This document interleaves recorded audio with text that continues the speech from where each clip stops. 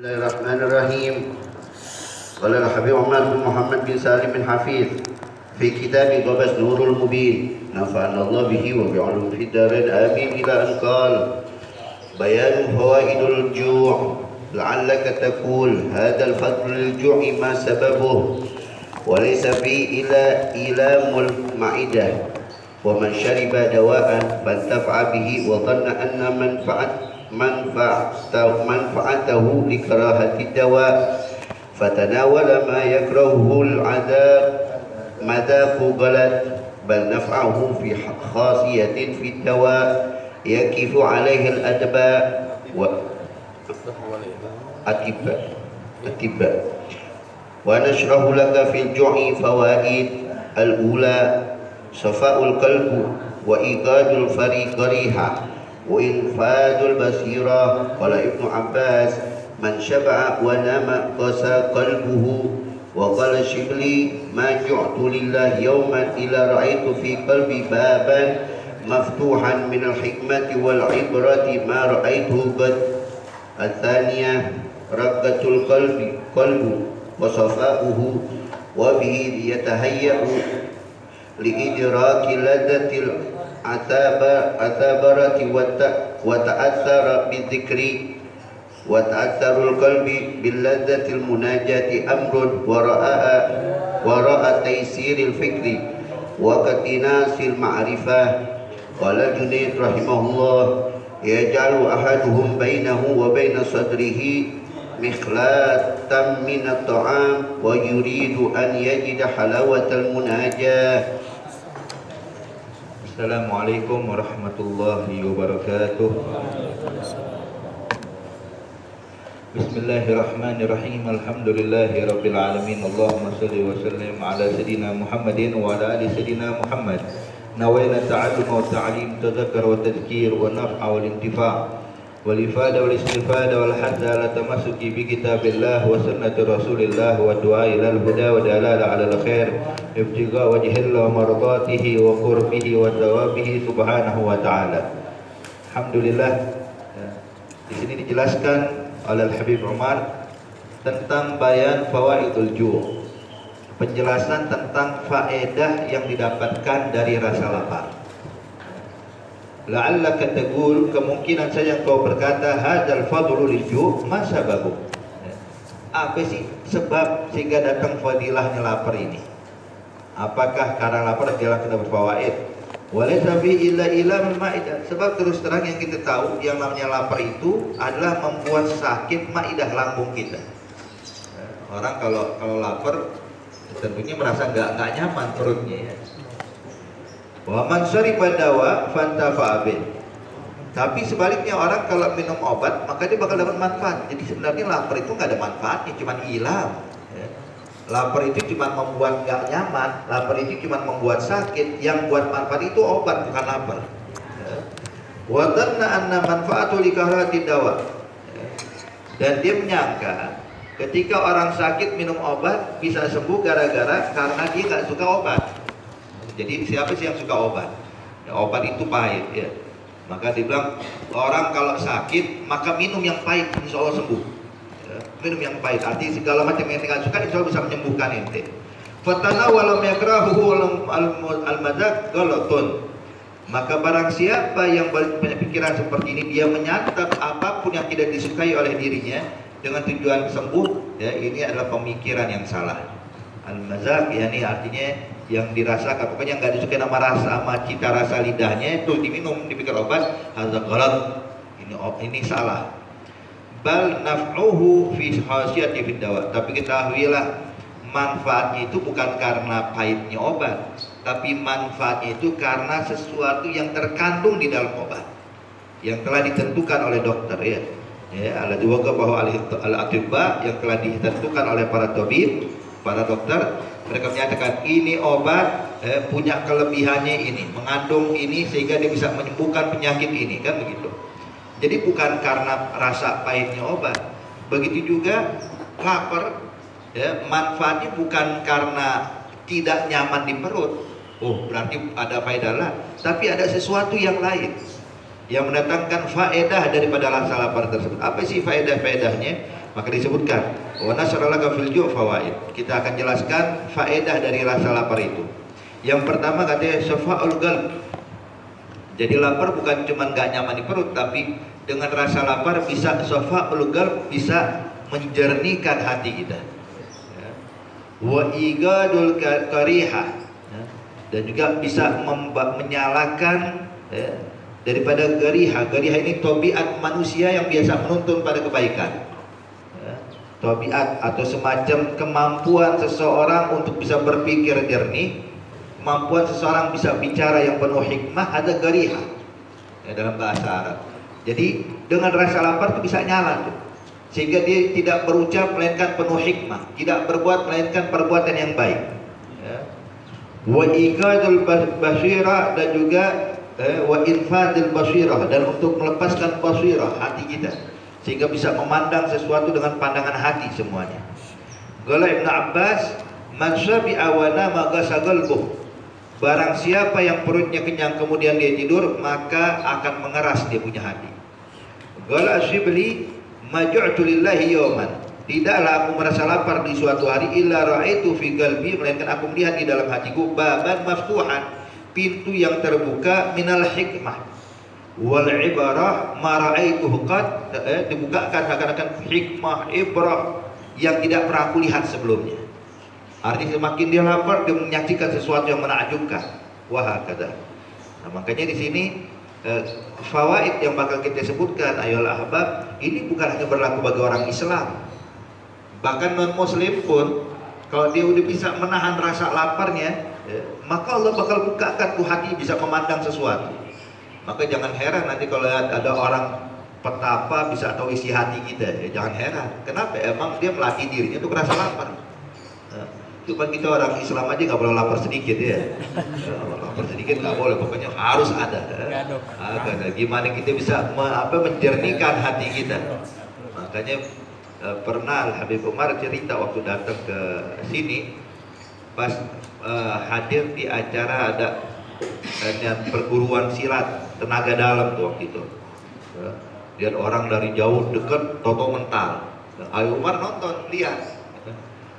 Akhirnya habis ini Habib Umar ceramah. Habib Umar ceramah, isi ceramah Habib Umar bilang, seseorang bisa memiliki kelebihan, bisa membaca sesuatu, bisa melihat, bisa terbang di udara segala macam, itu bukan perkara yang khusus bagi umat Islam, kata Habib Umar. Tapi siapapun ketika dia bisa untuk menundukkan hawa nafsunya, riyadhah, mengekang hawa nafsunya, menantang hawa nafsunya, maka Allah bakal berikan sesuatu yang lebih untuk dia.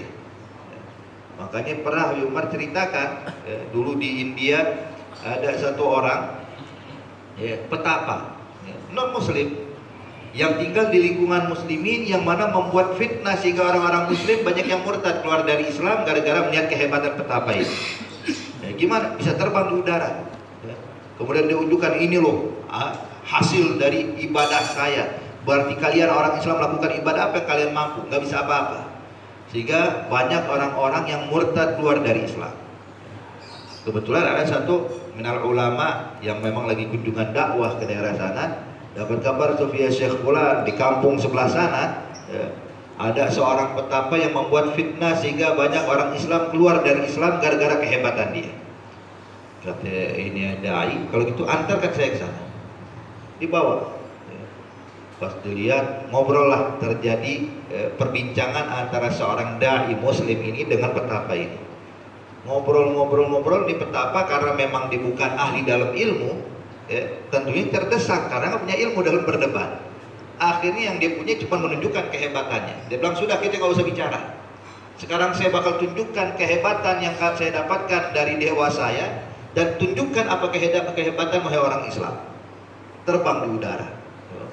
Orang semuanya kagum, subhanallah bisa terbang di udara, ngapang dia di udara. Sekarang apa yang dia bisa? Ini adalah agama saya yang membuat saya bisa terbang. Ini dai muslim, kebetulan seorang wali ya. Kalau kita mah nggak bisa ngadepin kayak begini ya. Untungnya seorang wali, dengar lihat dia terbang kayak gitu, dicopot sendalnya, dilempar, ditimpuk tuh petapa dengan sendalnya.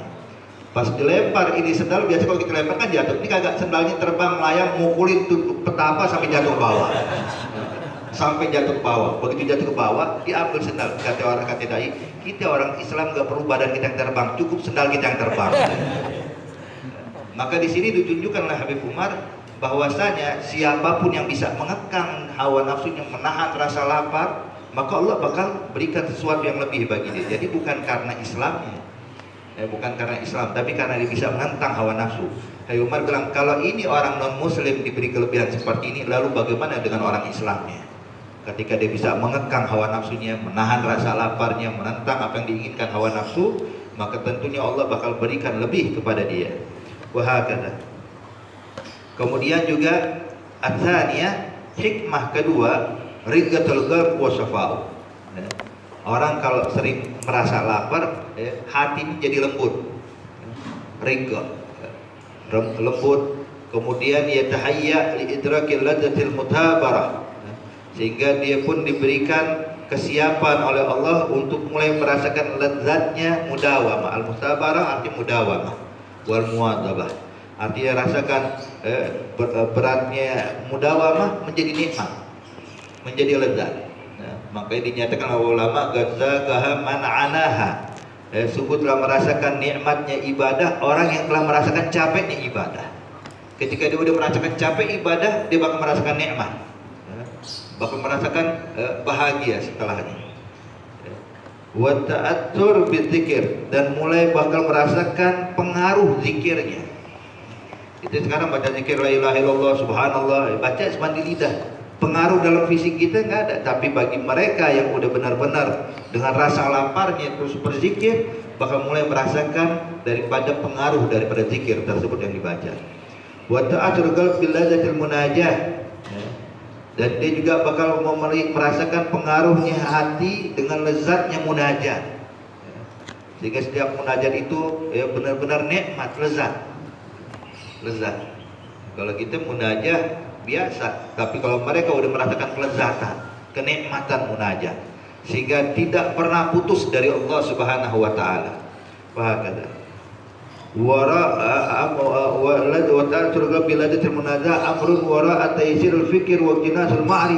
Sampai yang nggak pernah kebayang dalam pikiran mereka dan tidak diketahui oleh mereka, lezat yang nggak kebayang. Artinya mereka pikir bahkan lezatnya begini kali, ternyata lebih dari yang mereka bayangkan. Makanya benar kata para aulia ussalihin mengatakan, kalau seandainya di sorga sana ada nikmat yang kita rasakan pada saat kita qiyamul lail, berarti sorga baru enak. Ada lezat apa dirasakan? Nggak kebayang lezatnya, tidak terbayang nikmatnya. Artinya kenikmatan nggak kebayang lagi. Ada kenikmatan orang-orang yang udah merasakan ini. Qala Junaid rahimahullah, yaj'alu ahaduhum bainahu wa baina sadrihi mikhlatan min at-ta'am wa yuridu an yajida halawatal munajat. Imam Junaid bilang, ini banyak orang katanya meletakkan antara diri dengan dadanya mikhlah. Mikhlah itu kayak kantong yang diisi rumput buat hewan. Jadi hewan kadang-kadang kuda atau keldai semacamnya, biar dia disuruh kerja, disiapin makanan. Jadi kalau dia lapar tinggal makan langsung, nggak perlu nyari rumput lagi. Ada mikhlah. Katanya orang kadang-kadang menggantungkan kantong makanan di depan dadanya, terus pengen ngerasain lezatnya munajat. Artinya ini isyarat itu makan enak terus pengen ngerasain munajatnya ini nikmat, nggak bisa katanya. Sebab ini kira-kira kita seakan-akan di depan kita ini mikhlah, walaupun kita nggak ngantongin makanan ya, cuman apa yang kita mau gampang, tinggal ambil, tinggal beli, tinggal masak, pokoknya ada semua. Ini seakan-akan mikhlah. Nah yang kayak begini terus itu ngerasain lezatnya munajat. Imam Junaid apa heran, kok bisa pengen ngerasain lezatnya munajat kalau itu masih kayak begini? Artinya sesuatu yang mustahil, sesuatu yang nggak masuk di akal. Katanya bisa ngerasain lezatnya munajat, sedangkan kita selalu tidak bisa mengekang diri kita dari rasa lapar. Kemudian manfaat yang ketiga, al-inkisar wa zawalul batar. Ini orang yang selalu lapar bakal mudah inkisar, merasa sedih di hadapan Allah, merasa sedih di hadapan Allah. Wa zawalul batar, dan untuk menghilangkan sifat angkuh. Jadi orang sombong, orang sering lapar itu hilang sifat angkuhnya. Wa ma lam yashahidil insan dzalla nafsihi wa annahu la yara izzata maulahu wa la qahra. Maka barang siapa yang tidak melihat, tidak menyadari kerendahan dirinya di hadapan Allah, bagaimana dia bisa melihat keagungan Allah? Dia nggak melihat kerendahan dirinya. Maka yang sering dinyatakan oleh ulama, man arafa nafsa faqad arafa rabbah. Yang mengenali siapa dirinya berarti dia kenal siapa Allah. Artinya apa? Mengenali dirinya makhluk yang hina, mengenali dirinya makhluk hamba yang lemah, mengenali dirinya adalah hamba yang membutuhkan bantuan. Ketika dia menyadari itu, maka dia secara nggak langsung telah melihat keagungan Allah, kedermawanan Allah, kehebatan Allah, kebaikan Allah. Nah, sebab bagaimana mungkin kita bisa melihat keagungan Allah kalau kita nggak melihat kerendahan kita? Hakada. Baik. Walamma uridat ad-dunya wa khazanatuha wa khazainuha ala Nabi sallallahu alaihi wasallam qala la. Ketika ditawarkan kepada Nabi Muhammad dunia beserta perhiasannya, seluruh perhiasan dunia ditawarkan buat Nabi Muhammad, maka menjawab Nabi mengatakan la, enggak mau. Lalu apa yang diinginkan Rasulullah? Nabi bilang bal aju'u yawman wa asba' yawman. Tapi aku pengen lapar sehari, kenyang sehari. Ngerasa lapar sehari, kenyang sehari. Kenapa? Fa iza ju'tu, ketika aku merasakan lapar, sabartu wa tadarra'tu, maka aku akan bersabar dan tadarru', memohon kepada Allah dengan penuh tadarru'. Wa iza syabi'tu syakartu, kalau aku kenyang, aku bakal bersyukur kepada Allah Subhanahu wa taala. Hakika. Jadi laparnya Nabi bukan karena nasib, bukan, tapi karena pilihan dia. Beda sama laparnya kita. Laparnya kita emang nasib, lagi pandemi nasib udah. Tapi kalau seandainya mereka enggak, bukan karena nasib, tapi memang karena jalan hidup, karena pilihan mereka. Jadi tawarin semuanya, dunia beserta isinya, ya Rasulullah, yang dia mau ambil. Silahkan yang kau inginkan. Gala bal aju yawman wa asba'tu yawman wa sabi'tu yawman wa hakadha. Arabi'ah ayyakuna mutadzakiran li bala'illahi wa azabih. Orang yang sering merasa lapar itu lebih mudah bagi dia untuk mengenang dan mengingat tentang ujian Allah dan azabnya Allah. Gimana? Fa inna syab'an yunsil ja'i'. Sebab orang yang kenyang bahkan lupa dengan orang yang lapar. Orang kalau kenyang lupa siapa yang lapar, siapa yang susah, kenyang perutnya, nggak mikir. Wal fatin, sedangkan orang yang cerdas yazkur min atasi atas al khalq. Orang yang cerdas dia bakal merasakan, menyadari hausnya orang yang haus ketika dia sedang haus. Jadi ketika dia sedang haus dia ingat, ya Allah, begini ya rasa hausnya orang-orang itu. Ketika dia lapar, oh begini ya rasanya orang-orang kalau lagi kelaparan. Hadal fatin. Ini orang yang cerdas. Beda kalau orang rasa lapar mengeluh. Ini orang nggak perhatian, orang nggak ada ini. Ada, ini bukan fatin. Lapar itu nasib yang kayak begini ya. Tapi orang yang fatin, laparnya dia membuat dia jadi ingat, begini loh rasanya orang kelaparan, begini loh rasanya orang kehausan. Makanya di antara faedahnya puasa, di antara faedah puasa adalah untuk kita menyadari beginilah rasa laparnya dan rasa hausnya orang yang kelaparan dan kehausan. Wahakada. Makanya beginilah dinyatakan oleh Fatin yazkur min atasi atasal khalq fi arasatil qiyamah, dan juga dia bakal menyadari bagaimana hausnya orang yang kehausan di hari kiamat. Ketika di dalam keadaan haus, ya Allah, bisa kita bayangin tuh. Hausnya bukan main. Wa min ju'ihi ju'a ahlin nar.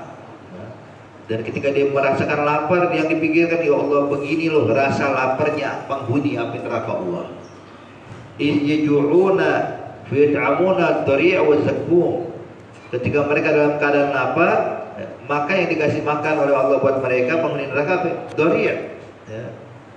Dari', ada apa itu dari'? Ada makanan, buah di dalam api neraka Allah Subhanahu wa taala yang penuh duri.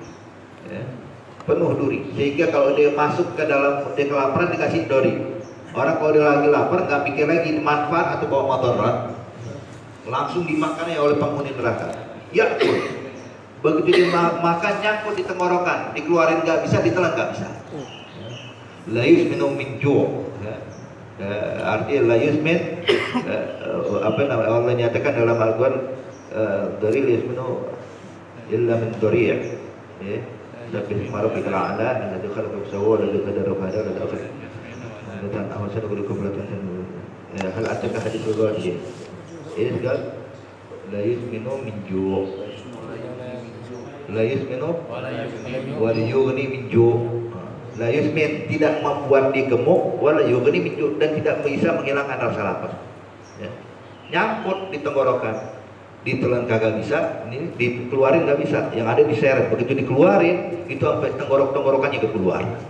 Ada keadaannya. Dori atau zakum. Zakum kata apa seperti kepala syaitan mukanya. Bentuk buahnya itu atau daunnya itu seperti kepala syaitan. Ada yang dimakan oleh penghuni api neraka Allah. Yuzkar al-ghasaq wal mahal, dan dituangkan minum ketika mereka kehausan, dituangkan ghasak. Ghasak itu air yang mendidih. Ya. Tuangkan, begitu masuk langsung hancur tuh semuanya. Wal muhal artinya dari nanah dan darah, naudzubillah. Ada minuman mereka. Qila li Yusuf alaihissalam, ada orang bertanya kepada Nabi Yusuf alaihissalam, lima tujuh wa fi yadika khaza'inul ard. Bilangnya Nabi Yusuf, kenapa ente kok mau lapar-laparan padahal ente ini yang penguasa, memiliki harta banyak berlimpah. Ibaratnya gudang persiapan makanan tuh di tangan ente. Kapan ente mau makan silahkan makan. Kenapa ente lapar? Faqala akhaf an asba fa ansal ja'i. Dia bilang, saya khawatir kalau saya kenyang, saya lupa dengan orang yang kelaparan. Jadi biar saya lapar, biar saya ingat dengan orang yang kelaparan. Falju' yad'u ila rahmah, maka rasa lapar bisa membawa kita memiliki sifat rahmah, kasih sayang. Walid'a, gemar membantu, bersedekah. Wasafaga ala khalqillah, dan merasa iba kepada makhluk-makhluk Allah. Jadi dengan rasa lapar timbul nih sifat kasih sayang, perhatian, kemudian juga gemar berbagi, menyadari begini loh susahnya orang yang susah dikasih. Al-khamisah kasrul syahwat, bisa mematahkan syahwat. Al-ma'asi, syahwatul ma'asiyat. Wal istilah ala nafsil ammarah, dan untuk bisa menundukkan, istilah artinya menguasai daripada nafsul ammarah, ya, dari nafsul ammarah. Sebab nafsu ini kan ada tingkatannya. Nafsu ammarah itu nafsu yang paling buruk, yang mengajak orang berbuat jahat, berbuat maksiat, ada nafsul ammarah. Inna nafsul ammaratun bisu. Sebab nafsu mengajak orang, menyeret orang untuk berbuat maksiat, berbuat kesalahan. Hakata. Makanya di sini dengan apa namanya, dengan dia menahan rasa lapar itu bisa mematahkan daripada nafsu ammarah, sehingga nafsu ammarah nggak berkutik. Oke, pernah dikisahkan daripada mujahadahnya Imam Syekh Abdul Qadir Jailani. Dia berpuasa sampai dia nggak mau makan. Dia bilang, aneh nggak mau makan kecuali ada orang yang nyuapin makanan ke mulut aneh. Ada orang siapa yang sadar? Kayak ini lagi ngobrol, dia lagi bertamu, ini nazar, aneh bernazar nggak bakal menyentuh makanan sampai orang yang nyuapin ke mulut aneh. Kamu datang paling, ya Allah kesian banget nih orang kelaparan. Tapi nyuapin nggak? Kagak, dia nggak cerita sama orang. Syekh Abdul Qadir begitu, udah gitu bukan di kampungnya, dia di tengah hutan, dia mujahadah, dia nazar aneh gak bakal nyentuh makanan sampai ada orang yang nyuapin ke mulut aneh. Jangankan orang nyuapin, orang lewat juga gak ada di situ. Berhari-hari, sebulan, 2 bulan dia tahan. Sampai hawa nafsunya yang teriak, ya fiqh ya Abdul Qadir, nyerah, aneh nyerah. Nafsu teriak, dia bilang aneh nyerah, dia bilang lah, nazar tetap harus dijalankan. Nazar tetap harus dijalankan walaupun ente teriak, nggak bakal menerima kekalahan ente. Sampai ada satu orang soleh, subhanallah, digerakin sama Allah subhanahu wa ta'ala, bawa makanan. Melihat Syekh Abdul Qadir pulang ke rumah, ambil makanan, makanan yang lezat, sebab dia tahu Syekh Abdul Qadir Jailani, dihidangkan depan matanya Syekh Abdul Qadir. Kul ya Abdul Qadir. Syekh Abdul Qadir nggak cuma liatin doang tuh makanan, nggak disentuh. Ya, orang habis makan tinggal, hawa nafsu makin bergejolak. Ya Abdul Qadir, nyerah gitu. Abadan, nazar tetap harus dijalankan.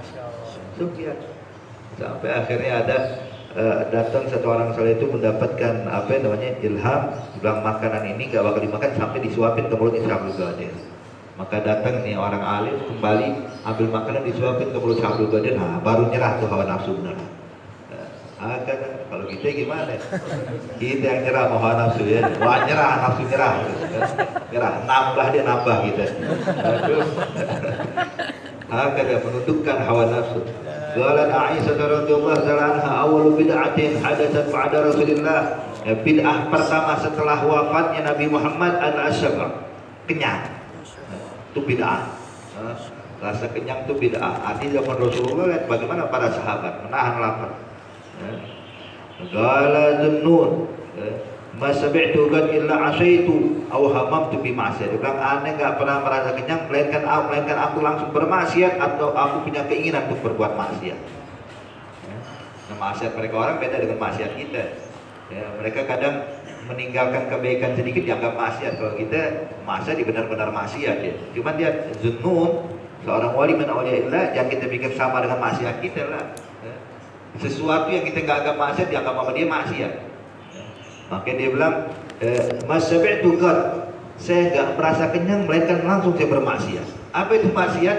Maksiat yang kita anggap mungkin suatu kebaikan, di mata mereka maksiat. Sebab ini yang dinyatakan oleh ulama, hasanatul abrar sayyi'atul muqarrabin. Kebaikan orang-orang yang baik ternyata masih dianggap maksiat dan keburukan buat orang-orang yang dekat dengan Allah. Oke, saya mau tanya, kalau kita bisa sholat semula 100 rakaat, baik apa nggak baik? Baik, 100 rakaat, bagus nggak? Bagus, Beb. Tapi menurut orang muqarrabin, orang yang dekat dengan Allah, ada maksiat. Kenapa? Mesti jangan 100, mesti 1000. Lalai yang 100. Untuk dia ada yang dinyatakan hasanatul abrar sayyi'atul muqarrabin. Makanya Zunnun bilang asaitu, saya bermaksiat. Bukan maksiat seperti kita bayangin maksiat, ya, mencuri, ya, memandang haram atau berbicara yang haram. Maksiatnya dia kendor ibadah. Ini ketika berkenyang. Nah kalau kita ya, benar-benar maksiat, benar-benar melanggar. Wa hamamtu bi ma'siyatin, atau aku punya keinginan berbuat maksiat. Artinya apa? Mereka tahan rasa lapar mereka biar apa? Enggak punya keinginan buat maksiat. Maka ini yang dinyatakan juga oleh Habib Abdullah bin Husain bin Tahir, pengarang kitab Selamat Taufik, dinyatakan ma fa'altu makruh wa la hamamtu bi makruh. Bilang aneh seumur hidup enggak pernah berbuat makruh dan gak pernah punya keinginan berbuat makruh. Jangankan berbuat, punya keinginan gak pernah. Dari mana? Ada rasa lapar. Rasa lapar yang dimiliki oleh dia. Wa jami'ul ma'asil a'ta sababuha al-quwwa al-hasil bisabab. Dan semua maksiat yang dilakukan oleh anggota tubuh kita ini, 7 anggota tubuh yang dinyatakan oleh ulama, ini mata, lisan, telinga, tangan, kaki, perut, kemaluan. 7. Bilang 7 anggota tubuh ini bermaksiat sebab apa? Disebabkan karena hasil daripada perut kenyang. Jadi sehingga anggota tubuh ini bisa bermaksiat. Tapi kalau lapar, ya, mata jadi mandang melihat, mulut jadi malas ngomong, malas berbicara, telinga malas ngedengar. Artinya maksiat subhanallah bisa berkurang sendiri. Kemudian yang keenam, apa faedahnya lapar? Daf'un naum, bisa menolak rasa tidur, rasa kantuk. Kalau lapar tidur susah. Kalau tahu tidur cepat bangun. Makanya di antara sebab orang bisa qiyamul lail, kalau bisa jangan makan malam atau makan malam dikit aja. Dan selalu bisa bangun malam. Kenapa? Sebab kalau perut lapar gampang bangunnya. Wa taysir sahar fi ta'ah, dan juga taysir sahar, dan mempermudah dia bergadang dalam beramal ta'ah. Hakada. Wa fi kasratin naum, dan daripada apa banyaknya tidur, toya'ul umur, itu bisa menghabiskan atau membuang sia-sia waktu dan umur kita. Toya'. Wa mahma ghalaban naum, kalau toh katanya dia bisa mengalahkan tidur, artinya bisa bangun, perut kenyang, saya makan malam tapi alhamdulillah dia mulai bisa kok. Dia terbiasa dia mulai makan malam biasanya banyak, cuman dia mulai bisa nih bangun malam. Iya, mahma ghalaban naum fa inna tahajjud lam yajid halawatal ibadah. Tapi yang manusia bukan cuma bangunnya, ini ngerasain tak lezatnya ibadah, lezatnya taat. Jadi bukan karena bisa bangun atau nggak bisa bangun, cari lezatnya ibadah.